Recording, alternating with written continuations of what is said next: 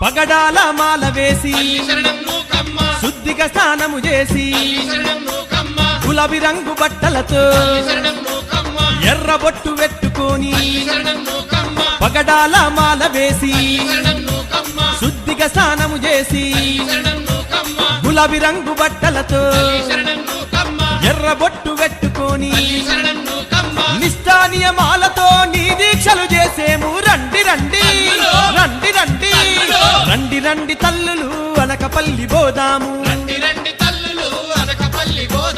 రండి రండి తల్లులు నుకాలమ్మను చూద్దాము రండి రండి తల్లులు నుకాలమ్మను